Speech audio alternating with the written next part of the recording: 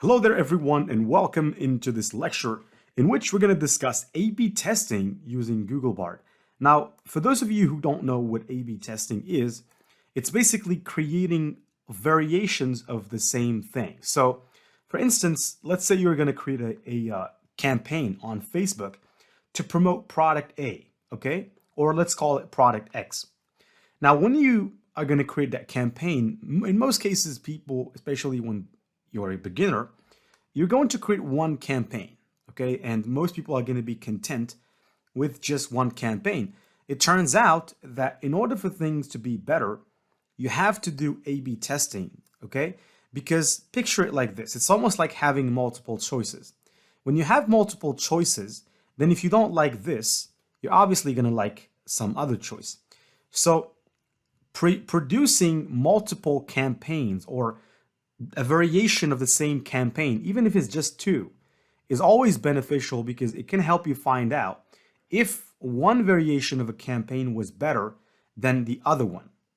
Now, in this case, we have an example. Now, A, B. Now, these are two campaigns that promote the same product. One is performing at 37%. The other one is performing at 23%. So here we have another example. Here is another example of a campaign in two variations. So after the campaign was run for a specific number of days for both, using both variations, one variation worked better than the other, which entails that one, logically thinking, should go with the one that is operating and getting better results than the other one, which in this case, option B is better, performing at 24% of the desired result. Now here we have a perfect example. Welcome to our website, and then we have two types or an A/B test of just making the button different. So here the only thing that's different is the button color, right? And just by making the button color different, the click rate here is 52%, and over here it's 72%. 72%. So you can imagine that A/B testing is real, okay? And it's across the board. So you can create multiple variations of a blog post, for example, and test 20 people, ask 20 people to read both blog posts and to tell you which one of them they thought was better. And you go with the highest percentage, okay? The highest percentage of people that say, okay, we go with blog post number 2 because we think this one is better, even if they're both talking about the same thing. But you can do A/B testing in everything. You can do it for button color, for text font, for Facebook ad copy, Instagram ad copy, everything. So, and Google Bard can help you do that. It can help you do that. So here, for instance, before moving to Google Bard, we have two variations. The first variation is variation A, and just because of the color difference here, one is converting 15%. The other one, because it has a blue color, converts 36% more, or not more, but 36% conversion rate. So you have to understand that A/B testing is in your favor. And you can find this out even amongst YouTubers. YouTubers, they do this, all right? They use tools, okay? They use specific tools that we're not going to talk about here because we're not promoting anything.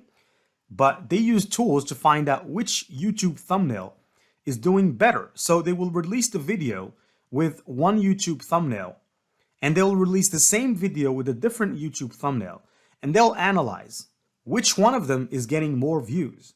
And obviously, the one that is getting more views means that that's the thumbnail they should go with. Now, in this case, let's say, for example, you're promoting a product. We can go to Amazon, and as usual, we can find the product over here, and let's just pretend that we're promoting that product. So I'm going to go to Amazon here, shop on Amazon, and let's pick a specific product. Okay, let's say, for example, you're promoting a product from here. There's a wide variety of products that you can find on Amazon. But let's say that you're promoting this, okay? Now, let's say you're promoting this. Now, you can take the URL. That's the beautiful thing. I'm just going to take the URL of the product, and I'll come here. I'll just test Google Bard to see if it's still there, because sometimes it might go off. Okay, so it's still there. I'm going to say I want you to create a Facebook ad copy for my Facebook campaign to promote the product in the URL and I'll follow with you with the URL that I want, and I'll just wait. All right, so now it gave me headline: Tidal storm spinning sprinkler, keep your lawn green and healthy all summer long. The body, so basically gave me the Facebook ad campaign. So let's say that this is ad number 1 or ad number A, version A, variation A of the ad. Now I'm going to say in the process, I want to use another variation of that ad. So I will ask of you to generate a variation, and let's call it variation B or version B. Now we have 2 ad copies, so we can test the first ad and see how much is the percentage of conversion rate depending on what is the conversion rate for you. Sometimes some people want to measure how many clicks. In most cases, people want to measure how many sales. And so depending on which is your conversion action, because there's conversion rate and there's the conversion action. And so over here, it gave me the ad number 2, right? Ad B. And so you can see that it's pretty powerful when it comes to generating A/B tests. And I hope that this lecture has given you quite an extensive idea. And of course, you can take this as far as you would like.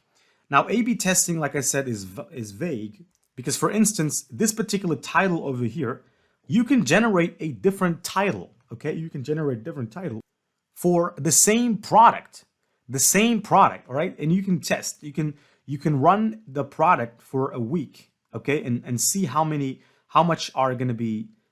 sales are going to be using a specific product description or product title. And you can change that product description and product title and analyze how many sales are happening during that time after you changed the title. So A/B testing is good because it helps you find out what's working. I certainly do use a lot of A/B tests for everything that I do, because that's primordial for a marketer to do that.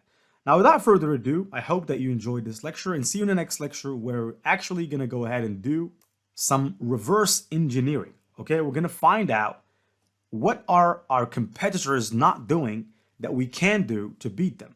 Okay, and that's a crucial part of a marketer's job. See you in the next lecture. Stay tuned.